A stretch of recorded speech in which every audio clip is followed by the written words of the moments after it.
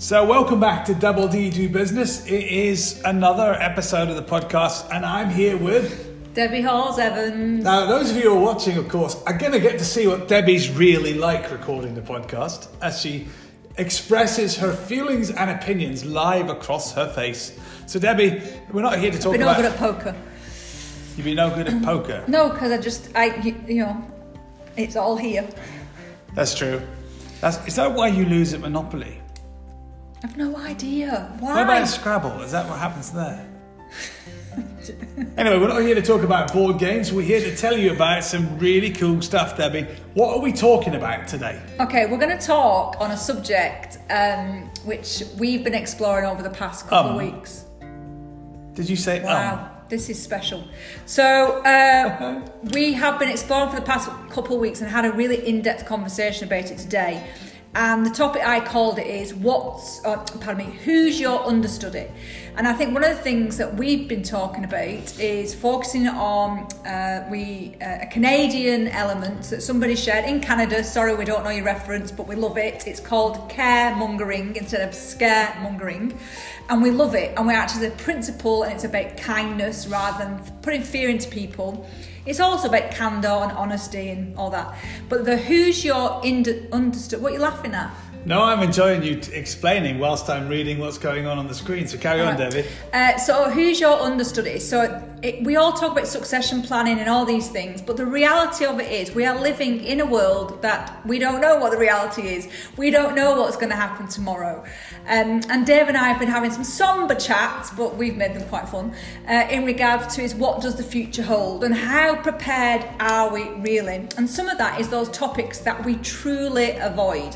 And they're the topics of death, doom, and some of the reality that could happen to us. So we started the conversation about this is Dave's business that I then joined, and it's now a partnership.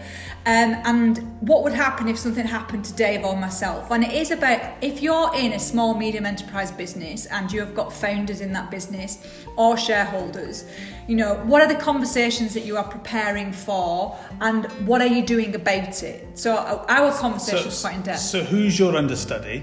Yes. Right. So we've got loads of friends in the US and we're running accounting firms and they have partners in other companies elsewhere ready to step in an emergency or something happening untoward. What's prompted us is the coronavirus, like everybody else is thinking through, isn't it? What do we do? How do we plan for this? And it's made us stop and say, what would happen? So imagine it's Monday morning. We're having a conversation earlier today about if something happened to me, what would Debbie do? And vice versa. And a couple of weeks ago, we were talking about our children, weren't we? Talking to our children. You were primarily around what are they going to do? Worst case if. Yeah, and I think it goes back to that. The caremongering it's not about putting fear in people. It's about having a life plan. And actually, we should all have a life plan. We shouldn't wait for something that is so scary that's happening right now. So we should be in a position where we're better at articulating and communicating what we want our plans to be. What do we want to happen? How do we, we've had conversations with our children, we've had our will written, they all know what our thoughts and feelings are, and we did that several years ago. And again, it has to be openly discussed, and I think we avoid it. And we avoid the conversations and the scary ones because one of our daughters actually said, she said, but if I think about it and talk about it, then it's going to happen. And that's not true. It's not true. It may happen if we don't do the social distancing and some of the self-isolation right now, but let's be really focused on the real impact of this and the real thoughts around this conversation. It's not doom and gloom. What we want to do is save as many businesses as possible and give you as much support that we possibly can do. So who's your understudy comes from, if I was in a theatre, and I'm not a theatre expert. Although I think you should be. I'm very dramatic. But if I was in a theatre... Was that your acting? That was me acting. Was that your acting? Suddenly my accent went funny. So in any theatre production, they pay their understudies. They have somebody who doesn't do the role actively, they don't do it full time, but that person will know the lines, everything about it, understand any changes and elements, and that person is being paid and is always ready. Are we like that in business? And we're not. Well, it's interesting because we were lucky enough to see The Lion King in Edinburgh, weren't we? Oh, it was awesome. Who did we have a drink with afterwards? Which character? Oh, it was the hyena. One of the hyenas. Yeah, So we Simon. got to have this wonderful drink with Simon, who's one of the hyenas, and he gave us a little bit of an insight. We're not really able to say much about what it was like behind the scenes, but the cast, of which is gigantic, has people who can do multiple roles as stand-ins, which is an extraordinary feature. And I don't think we do that in business because, go back to, we have so much fear about our security of our job, and that's partly built by leaders because they want to feel indispensable, etc. But genuinely think about if everybody had some multifaceted skills and the opportunity to do other elements. 1, you're going to increase engagement. 2, you're going to increase productivity and efficiency. 3, you've got a backup plan. You've got understudies. And 4, your business is going to have these constant evolutions. We do apologise. Our dog is having a roll around on his mat and he's very happy right now. So Debbie, so today we want to really focus on, and you can probably hear Monty in the background. I'll translate for you in a minute what he's saying.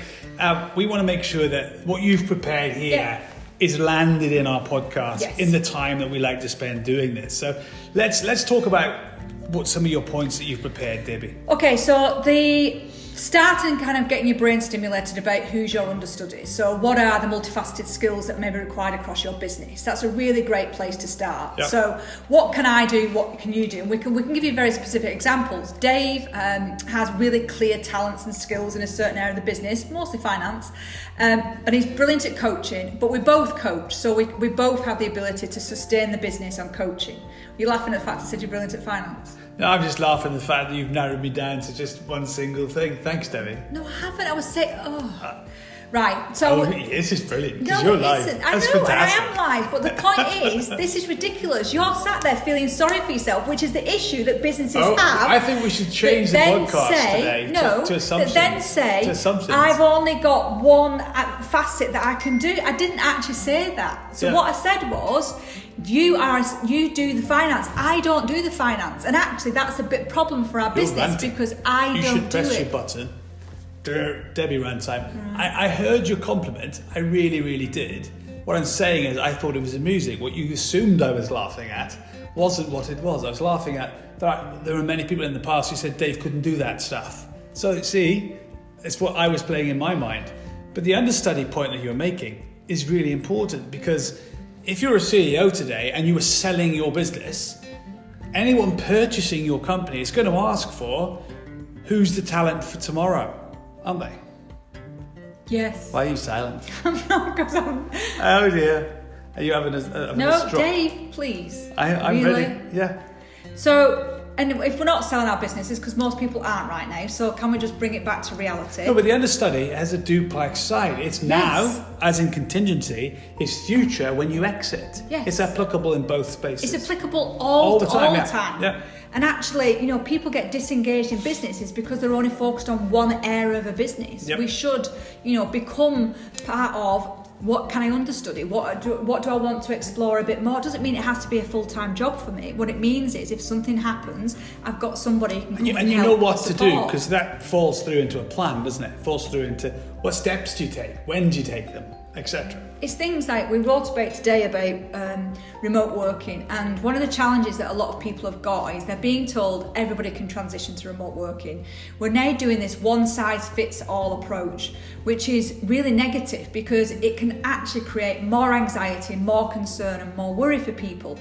And actually what we should be doing is the people that feel comfortable and competent doing it should be sharing and caring for the other people in the business, and it'll be multi reasons as well. So who else can help that person to improve so it might be somebody just doesn't like working from home and it makes them ineffective. You have a dog rolling around on a mat, etc., and that for some people would really upset their dynamics. I'm shouting at you all the time because I do that a lot, and it's now recorded for live. So one of on the internet. I think that's the first time you have not shouted at me, but been challenging towards me online. So that's a new first for us today. But nonetheless, Debbie, what else do you have here? Can I just say we need to do a podcast on how to work with your space? That would be a really good podcast. And if you're a body language expert sat out there today, other than we're balancing the recording to the screen, do some assessments on how we are. That's, let's get some feedback. Who's that lady in Chicago? Oh, Susan Ibbott. Yeah, she'll be awesome. there going, she'll be watching this going, what are they doing? Anyway. No, I think she'll probably say, what's Debbie doing? What's Debbie doing, yeah. So what's this, Debbie? Because we're only on that one. No. All of this. Okay, I'm going to streamline it. So, who's your understudy? Yeah. And define what skills and techniques are required in each area and any jobs that you have in your business. And then the next really important part are risks. Define risks. And this goes back to a technique we use called S+C minus I equals O. What's your situation? What are your choices? What's the interference? And therefore you'll have an outcome. So what we are asking people to do is write down every risk that is possible in their business. And again, you are going to assume some risks. That's absolutely okay. But we're currently in a situation, would we have all said 6 months ago that we would all be sat here about to go into lockdown in the UK, most of the US is in lockdown, and would we have thought that we would be in that situation? No, we wouldn't. Debbie, 6 weeks ago, we wouldn't. Well, yeah, exactly. 6 days ago. So what are those risks? So the risks that we're getting, so we can give you some insights from our clients, is insufficient technology, lack of knowledge around implementation, lack of understudies and people have got multifaceted roles and skills. Poor communication is going to be even more enhanced in this situation. So if you've not got good communication channels, they're not going to improve when you've got a remote workforce. And also with a remote workforce, I think right now you've got to train them how to do it. You've got to support people 100%. 100%. So show them how to have a meeting. Show them how to do a video call. Show them how to structure a video agenda. Show them how to shit like I do. That's right. Yeah. So anyway, Debbie. So that's good. We're starting to move through the gears. Let's keep going. Yeah. So what are your risks? We've got 2 big points here. Yeah. Third then is how can you adapt and what's your flexibility? And a really good way of doing this is if you are a standard business, i.e. you've got sites, you'll have a business continuity plan, or you should have. And a business continuity plan will give you some structure around what you should be putting in place. So what happens if your site burnt down, for example? What would you do? How would you cover it? How would you? So that should help. So the structure of a business continuity plan is a really great discussion point to start with. I'll actually put a template on for people to download if needed as well. And then start thinking about future forward. We call it future view in our RLC framework, but think about future forward. So we now have who understudies are, so we now know what roles and skills people can do. We know what our risks are and some extreme lists of risks. The bigger that list, the better. You're then going to put an adaptation and flexibility into that. Therefore, that means if this happens, we're going to do this. Therefore, you're building a very structured continuity plan. And then the other bit that I wanted to talk about was some real opportunities and kind of pushing people out into start to think differently, which by default we are being forced to right now in the situation. So let's pause there and let's do it, because let's give some substance to that. Give us an example, Debbie, of what you mean by that last point. What? Sean Manning's going to be delighted. I think we've had a second brain fart live on the podcast. So you were talking about pushing those boundaries out there and thinking about what your opportunities and options are. So, I was just about to tell you. All right, go ahead. All right. Yeah. So anybody who isn't, if you're listening on the podcast, you would have just seen me Anyway, so the idea is... It's a new feature. It is a new feature. I think it's the video. It's really distracting. So one of the things that I really do believe that businesses should be doing, and we've embraced it for several years, is collaboration. If you're a restaurant, if you are a pub, if you are independent, of course, if you are running a small business, who can you collaborate with? Shared revenue, shared costs. Who's your understudy as a collaborator? Really think differently on, this is your lifestyle, this is your life. You are going to swim for your life right now. Go and do something different, think differently. So collaborate with different people with different opportunities. If you've not got an online store, go and find an online store. Work with somebody else who's got one. So really think and collaborate with other people within your own industry. I think there's masses of opportunity there. I also think there's lots of opportunities outside of your industry to start thinking differently. The other thing that I looked at was costs and investment. At a time like this, people stop spending. And it can be really detrimental because you are going to have running costs of your business, whether that be a site or whether it be your people. Important costs, by the way, very important costs. But at this time as well, we have to be future investing. We have to be future proofing. We have to be now proofing. We have to keep investing. And one of the conversations we had with one of our fabulous clients. What are you laughing at me for? I was just enjoying my solitude. All right. There's two of us here, darling. Fabulous client You told story. me to talk. Yeah, agreed. I want to chip in, All right? Because clients and coachees often stop the most important things, right? I spoke to a coach last week where some of his work is suspended, and actually, you feel like saying to this other person's clients, you feel like saying, hold on a minute, this is the time to get it right. This is the time to self-educate. This is time to raise the bar and raise capability and invest, like Vince said on Friday. Vincent was talking about invest in your tech right now to get better at doing what you're doing and showing people how rather than expecting the how. Yeah, and it will generally, that investment will alleviate a lot of people's concerns as well. So it can have a really knock-on effect. I will learn eventually how to do this. It is new, isn't it? It's only the second time. So. Well, no, the podcast has been going for a long time. Yeah. So, the third thing, I've now got a dog staring at me under the table. And that's not number 3. The third is credit lines. So what are the credit lines open to you? Stop it. What are the credit lines open to you? And again, what are the opportunities that are available to you? So really look at those opportunities from a finance perspective. So you got a message from the bank the other day. I mean, it was a generic text message to all bank accounts, but people are willing to help and listen because people want you to be successful. Just remember that people want you to carry on. People want you to be successful. So and Dilly, right now the world wants the economy to carry on. Yeah. Whether it's your local economy, whether it's the global economy, whether it's a governmental view. The world wants the economy to get through this, as well as health and safety and all those other aspects. So be aware of that. Know where that resource is.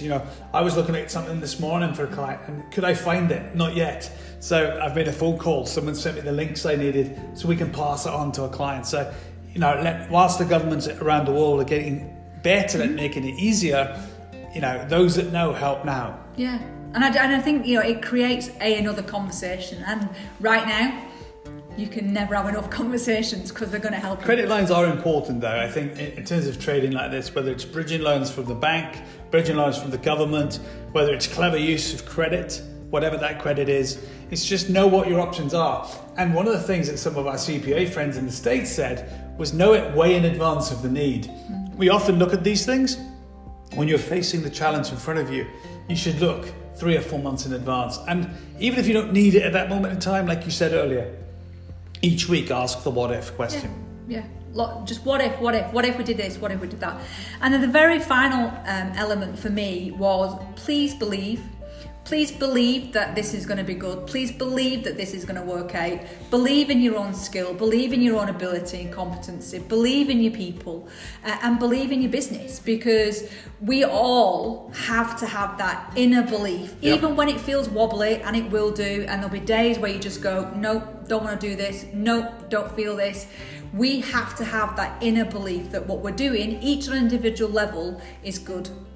Love it. I saw that on Facebook this morning, around, not Facebook, LinkedIn, where there was a message about beliefs change everything. And they do. Even right now, where some of us are fearful of what's coming around the world in terms of the COVID-19, it is something that creates that fear. It is something that makes us feel unsettled or uncertain.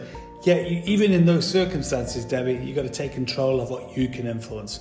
Self-care, taking control of your family, taking control of your home, hygiene and so on. What else do you have for us, Debbie? Just so you know, I write it all down, Dave doesn't. That's very different styles. So I just had a summary, Mr. Evans, in your very fabulous skill.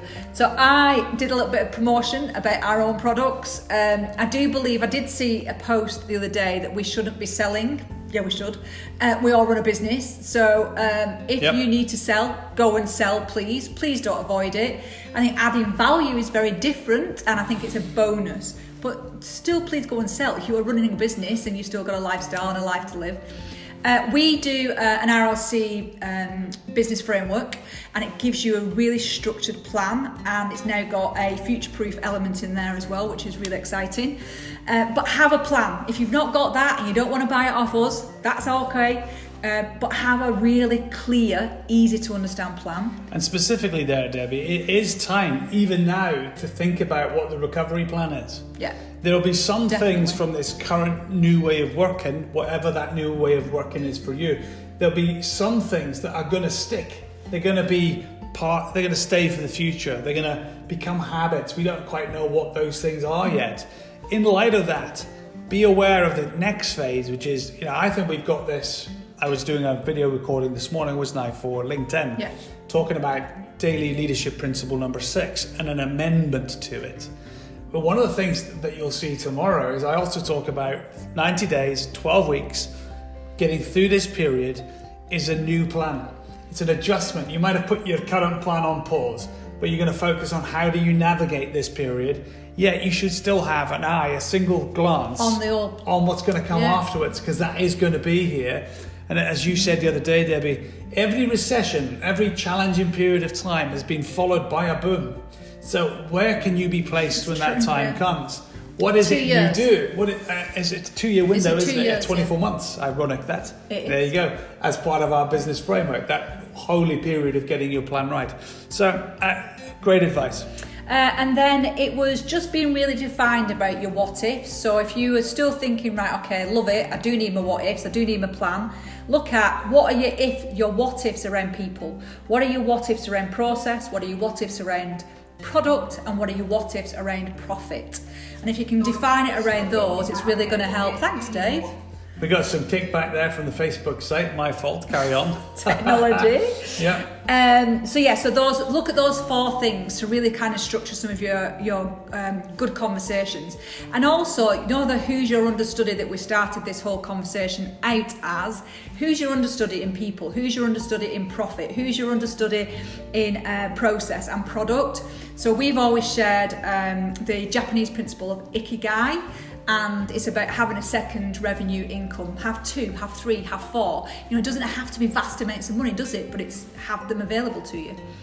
Anything you want to add on that one? No, I just think you should be more determined to say we should all have an ikigai. And I think it's non-negotiable. I wish schools would teach it as a non-negotiable. Our kids have got a friend who started a fashion business from a project at school, helped by the parents, and now it's an international brand. That might have only ever been an ikigai, but you won't know till you do it. So I think anybody watching this, if you don't have a hobby, which is something that could become a business that you like doing alongside what you might be doing today, you'll never know the next time a crisis happens how many more choices you could have if you had one running by you right now. Yeah. Agree. And then we've done a series of the 7 daily leadership principles, and it's on LinkedIn, and also I'll put the links into this as well. But what we say is just look at them and review them. They truly work. They genuinely work. They started off from Dave's leadership pillars and then enhanced. So there's really practical things that you do every day, irrespective, but it'll also aid all of this. And review weekly. We should be having daily conversations with our people, and that's actually, you should just do that in generally. But most people don't. No, a daily check-in is one of the most important meetings of the day, isn't it? Yeah. What are you up to? What have you got going on? Are there any decisions we need to make today? And I think going back to what we talked about at the beginning, adaptation and flexibility. We don't know what's coming. We're unsure and we're uncertain. And you may have to change it tomorrow. It may be a different plan tomorrow. I think, because we're live, Debbie, I think there's one other thing I think we should point out to our friends, families, work colleagues around the world. That is, there is a huge issue right now, isn't there, in terms of who's your understudy, a phase of denial. So in Britain, there's a phase of denial of how serious COVID-19 is. And if there's one thing you can take care of after this podcast in terms of what if, is start implementing the government advice. Start staying in, start isolating, start not doing normal things. Whilst we all get to grips with A, how we're doing our business, and B, the safest way to be doing our business, including things we do in our personal space. Because otherwise, your understudy, you'll be thinking about contingency, you could actually make them ill by not thinking about what you are doing or not doing. Because I think we've seen that over the weekend, haven't we? Snowdonia with record visitors, it's and really odd it's things. odd. People getting together in masses at a time And when you should be socially distancing. Yeah, and people are saying they're idiots and all this kind of thing. We don't know them, so we shouldn't call them names. But what we should be aware of is people are either doing it because they haven't felt anything. There's no difference. There was a really great comment that somebody mentioned the other day. It's like a little post thing, but it just said, I'm flitting from everything feels really normal to just feeling in a state of crisis and panic. And I actually think that's exactly it. Unless you've experienced personal, private loss from what's going on. It's invisible. It is. It's really invisible, and I can understand why people are behaving the way they're behaving. It's just not acceptable because we've got to protect each other. We've got to care. So instead of scaremongering and telling people they're all these idiots and they're all nasty, horrible names, let's actually turn it on its head and start caring and give people the real reasons that we want people to live. We want people to be successful. And we want life to carry on, and we want everybody to come out of this with their business. It will be in a different place financially and for many other reasons, some good and some bad. But we will get through it, and I think that's really important. So there's 3 things you can do with sand, Debbie, right? So beach holidays. Right? I thought this was just you giving me advice from an early rant. That's right. There's beach holidays, so that sand's good for that, right? Children, there might be a couple more. Children's play areas is quite good for that. School, lessons of what you can do with sand. Then you've got the ability to make glass. That's super useful, isn't it? With what are sand. You talking about? I'm going to tell you now, right? But the one thing it's not good for is burying your head in it. Oh, sand. Sand. I thought you said sounds. No, sand. Oh, right. Sand. S-A-N-D. S-A-N-D, right. So there are plenty of things you can use sand for that's useful. But right now, if you're finding yourself in a space of denial, and we shared the pause model last week. Pause is about taking time out. The help model was about finding perspective. Right, so it was panic and hope. Yeah, that's true, yeah. But I wanted to get to the word perspective, and I got lost in the chicane on the way to it. Anyway, when you think about perspective, particularly if you might not think you are in a space of denial, just check your perspective. Yeah. That is, perspective is clear for me. You're either social distancing or you're not. And if you're not, ask yourself why not. And then whether your answer's good, bad, or indifferent doesn't really matter. Can you then adjust? Can you then do it better? Because that's really what we all need. And just to finish off in caremongering, yes. What's your favourite thing you've seen in the last week on social media that has got a bit of encouragement in it? I'll go first. Good, I'm glad. Yeah, I saw a supermarket this morning where the team was applauding the health and the NHS workers coming in at a dedicated time, which is a common thing in Britain at the minute. Health workers get to go and buy their groceries first, which I think is wonderful news because of the job they're doing in the front line. That really brought a tear to my eye for certain. Reminds me of my brother saying that. Anyway, the thing about that though is, did you see anything?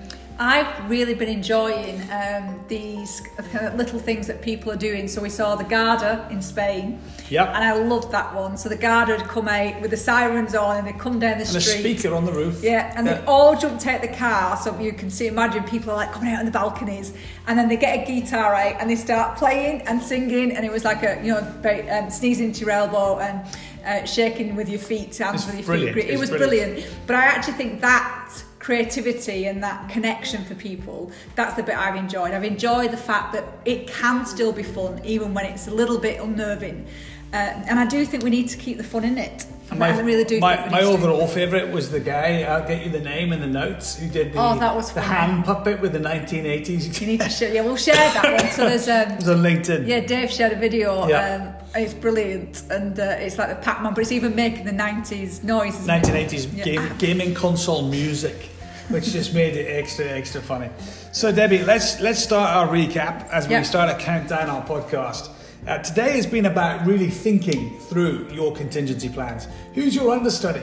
Do you have a plan with the what ifs? The what ifs in this case with COVID-19 could generally be quite traumatic and almost awful. So even if you are unavailable for a while, how does your business run as normal? Yeah. Who runs your business? And in what critical roles, as Debbie shared earlier, that you really need to think through, and spending enough time daily, or at least in a week, that makes you think, well, what will I do? Even with your personal affairs. What's next, Debbie? I think it's just summarising that. So what collaborations can you undertake? Yeah. Remove fear from competition. Go and have the conversation with them. Look at costs and investment, please. This is a time for investment, not of ignoring it. What credit lines are going to be available to you? Ask the question. And again, fundamentally, more so than everything else, truly believe that we will get through this. Absolutely, 100% and some more. And if you need any help around some of these subjects, by all means, reach out to us. You'll have seen if you're on the live feed, all throughout this episode, there's a link at the bottom. And if you need to know how to get into touch with us, Debbie. I'm going to get it right this time. How do they email us, Debbie? I know. info@rlc-global.com. I remembered it. Congratulations. Yes. I don't know what happened the other day with that. So please do reach out to us. If you too are thinking about how do I start to build my recovery framework, get in touch with us and we'll be delighted to give you a few clues on how to get started. And if you didn't know this already from some of our social campaigns, we're also giving away 120 days of subscription to the CoachPad Project and Goal Tool. So if you don't have that, do log on, help yourself. If you join us and leave in 4 months' time, we really don't mind. It's our way of helping you get the most out of yourself with a really great tool designed for coaches and clients by coaches and clients. So, Debbie, any final last comments? No. The dog was licking my leg and it felt a bit weird. And that's something you can do too in your business. I don't think that works, Debbie. The dog was licking my leg. Anyway, on that note, good luck with all your businesses. Stay positive, keep believing. This has been Double D Do Business. We're going to end the recording first here, so see